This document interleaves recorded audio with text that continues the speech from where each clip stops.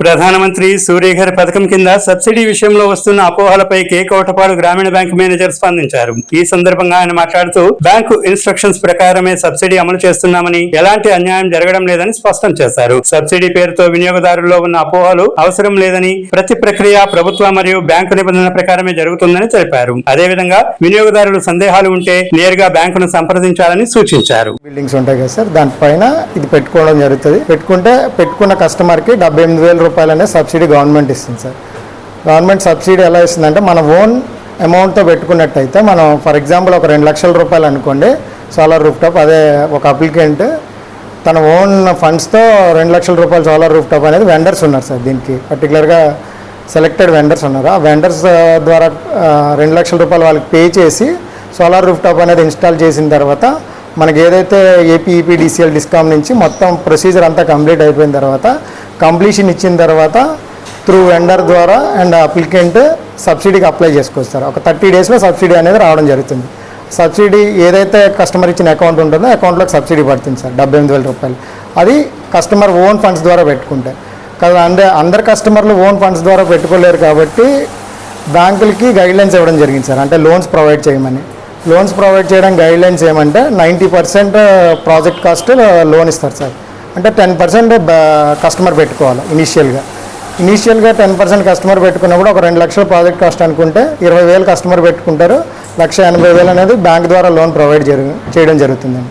ఈ బ్యాంక్ ద్వారా loan provide చేసినప్పుడు ఈ సబ్సిడీ అనేది రిలీజ్ అయిన తర్వాత బ్యాంక్ అకౌంట్కి పే చేయాల్సి ఉంటుందండి. ఈ సబ్సిడీ అనేది 80,000 సార్. 78,000 సబ్సిడీ వస్తుంది కదా సార్. అంటే గవర్నమెంట్ ఇప్పుడు మనకి ఎంత ప్రాజెక్ట్ కాస్ట్ అయినా 78,000 సబ్సిడీ క్యాప్ సార్ దాని మీద. అంటే 78,000 సబ్సిడీ అనేది తిరిగి లోన్ అకౌంట్ పే చేయడం జరుగుతుంది సార్. ఇదేంటంటే చాలా వరకు ఉన్న అవేర్నెస్ లేక చాలామంది ఏమనుకుంటున్నారంటే, ఈ సబ్సిడీ బ్యాంక్ ద్వారా వచ్చిన తర్వాత బ్యాంక్ అకౌంట్కి లోన్ క్రెడిట్ చేయకుండా మనం సొంతానికి యూజ్ చేసుకోవచ్చు అనుకుంటున్నారు. ఎందుకంటే దీంట్లో ఒక మిస్ ఇదేంటంటే, జనరల్గా సబ్సిడీతో కలిపి బ్యాంక్ లోన్ ఇస్తున్నప్పుడు, ఏదైతే 90% of the project cost bank loan ఇస్తున్నప్పుడు, బ్యాంక్ ఆల్రెడీ మీకు సబ్సిడీతో కలిపే లోన్ ఇస్తుంది. ఆ సబ్సిడీ అనేది బ్యాంక్కి తిరిగి పే చేయడం వల్ల మీకు ఏమంటే రుణభారం తగ్గుతుంది. 78,000 లోన్ అనేది తగ్గిపోతుంది.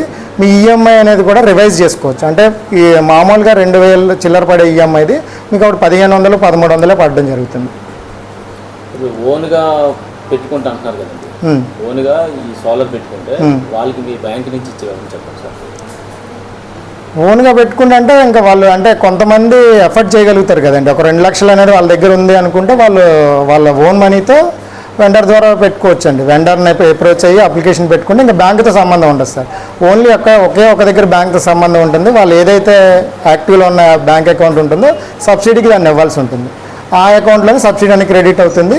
వాళ్ళు సొంత డబ్బులతో పెట్టుకున్నారు కాబట్టి ఆ సబ్సిడీని 78,000 సబ్సిడీ వస్తే వాళ్ళు యూజ్ చేసుకోవచ్చు దాన్ని. ఎందుకంటే వాళ్ళు ఆల్రెడీ 2 లక్షలు అనేది వాళ్ళు ఓన్ మనీ ఇన్వెస్ట్ చేశారు కాబట్టి.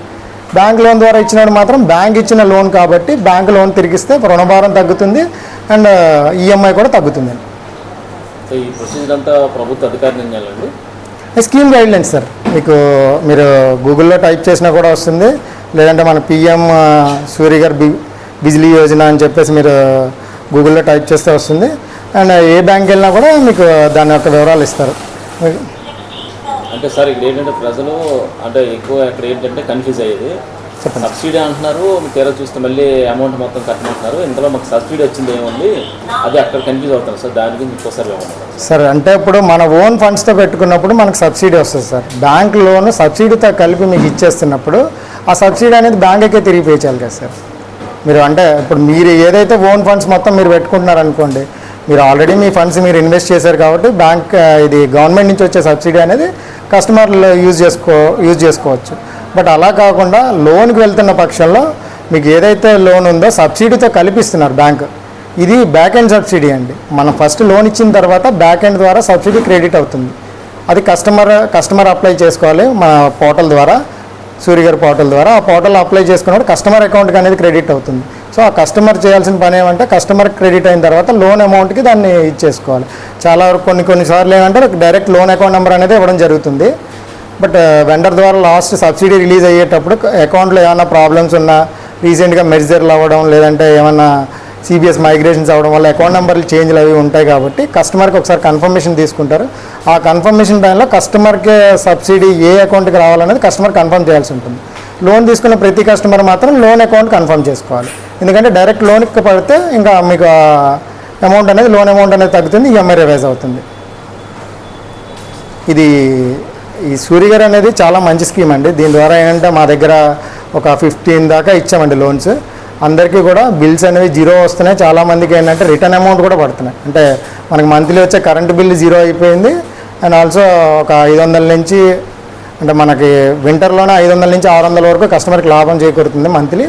అండ్ అదే సమ్మర్లో అయితే 1500 అలా బిల్లు వచ్చే వాళ్ళకి ఆ బిల్లు అనేది జీరో అయిపోవడం జరుగుతుంది. ఏం ఫిర్యాదులు వచ్చాయి సార్? లేదండి, అంటే రీసెంట్గా ఒకళ్ళు సబ్సిడీ వాడుకోవడం జరిగింది. సబ్సిడీ వాడుకుంటే వాళ్ళకు కూడా మేము వివరణ ఇచ్చాము, బట్ వాళ్ళు దానికి సాటిస్ఫై కాలేదు. మా రీజనల్ ఆఫీస్కి కూడా దాన్ని వాళ్ళు ఏదైతే చెప్పారో దాన్ని ఫార్వర్డ్ చేయడం జరిగింది. అండ్ రీజనల్ ఆఫీస్ నుంచి కూడా వాళ్ళు మాట్లాడడం జరిగింది. అంటే ఈ సబ్సిడీ అనేది ఖచ్చితంగా లోన్ అకౌంట్కి క్రెడిట్ చేయాలి, మీరు లోన్కి తిరిగి వేయండి అని చెప్పడం జరిగింది. అంతే సార్, అంతకు మించి ఫిర్యాదులు అనేవి ఏం లేవు. బట్ స్కీమ్ అయితే మాత్రం ప్రజలకు బాగా ఉపయోగపడుతుంది సార్.